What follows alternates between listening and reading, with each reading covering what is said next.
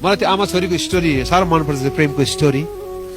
अनि एक दिन छोरी रुइरहेको थिइन्, आमा छोरी मात्रै, बुवाको मृत्यु भयो, एउटै मात्रै सन्तान, आमा छोरी मात्रै। र छोरीले अचानक एउटा केटासँग उनको प्रेम भएछ, उनको दुवैजना बिहा गर्ने निर्णय गरेछन्। चर्चको आफ्नै चर्चको भाइसँग बहिनीको प्रेम भएछ। प्रेम भएदेखि यता बहिनी रुकै गर्दछ। अनि यदि आमाले सोध्नु भएछ किन रुन्छ छोरी भनेको, अन्तिममा छोरीले भन्नुभएछ छोरी रुने कारण चाहिँ के रहेछ भन्नुहोस् त। त्यसको कारण चाहिँ महत्त्वपूर्ण कारण रहेछ। दुईजनाको बिहा गर्ने कुरा नजिक आयो, दुवैजना बिहा गर्न तयार भए, तर छोरी रुए। अनि आमाले सोधेपछि छोरीले बताइन्। अनि आमाले त्यसपछि डाक्टरलाई गएर भेट्नु भएछ। डाक्टर साहब, तपाईँको अस्पतालमा यो औलो ट्रान्सप्लान्ट हुन्छ भनेर सोध्नु भएछ। अहिलेसम्म किडनी ट्रान्सप्लान्ट पनि भएको छ, अहिलेसम्म हार्टको ट्रान्सप्लान्ट पनि भएको छ।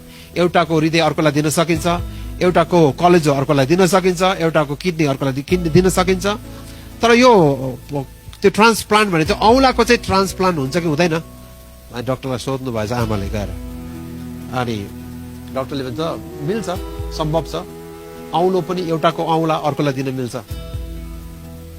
अनि डाक्टरले सोध्नु भएछ तपाईँले सोध्नु भएको कारण चाहिँ के हो मैले बुझिनँ, किन सोध्नु भएको तपाईँले? आजसम्म कसैले मलाई सोधेको छैन औलाको ट्रान्सप्लान्ट हुन्छ, औलाको प्रत्यारोपण हुन्छ भनेर।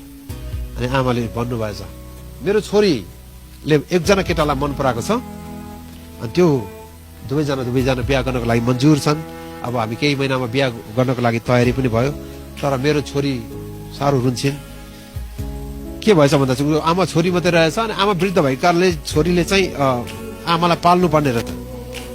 अनि छोरीले एक दिन फ्याक्ट्रीमा काम गर्दो रहेछ, जुत्ता बनाउने फ्याक्ट्रीमा छोरी काम गर्दो रहेछ। अनि एक दिन जुत्ता बनाउने फ्याक्ट्रीमा काम गर्दै गर्दा त्यो मेसिनले उसको छोरीको यो औँठी लाउने औँला, साइली औँला चाहिँ काटिएछ।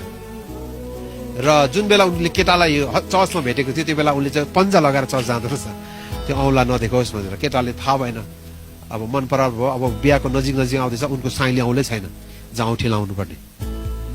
यसकारण छोरीको ठुलो बिलौना चाहिँ त्यो साइली औँला के गर्ने होला। केटाले थाहा पायो भने मलाई बिहाको दिन रिजेक्ट गर्छ कि अस्वीकार गर्छ कि के गर्ने।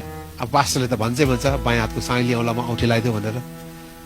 अब उसको छोरीको साइली औँला नै छैन, जुत्ता बनाउने मेसिनले काटेर उनको औँला थिएन। त्यस कारण आमाले चाहिँ आफ्नो छोरीको लागि औँला दिन खोजेको रहेछ। डाक्टरले सम्भव छ भनेपछि चाहिँ अनि आमाले अन्तिममा आफ्नो छोरीलाई आफ्नो साइली औँला दिइन् र छोरीको भव्य विवाह। मैले कुनै स्टोरी भनेको होइन, कोरियाको एउटा प्रेस्बिटेरियन चर्चमा भएको घटना। दाजुभाइ दिदीबहिनी, प्रेमले सबै कुरालाई सम्भव तुल्याउँदछ। प्रेमले असंख्य पापलाई पनि ढाक्दछ।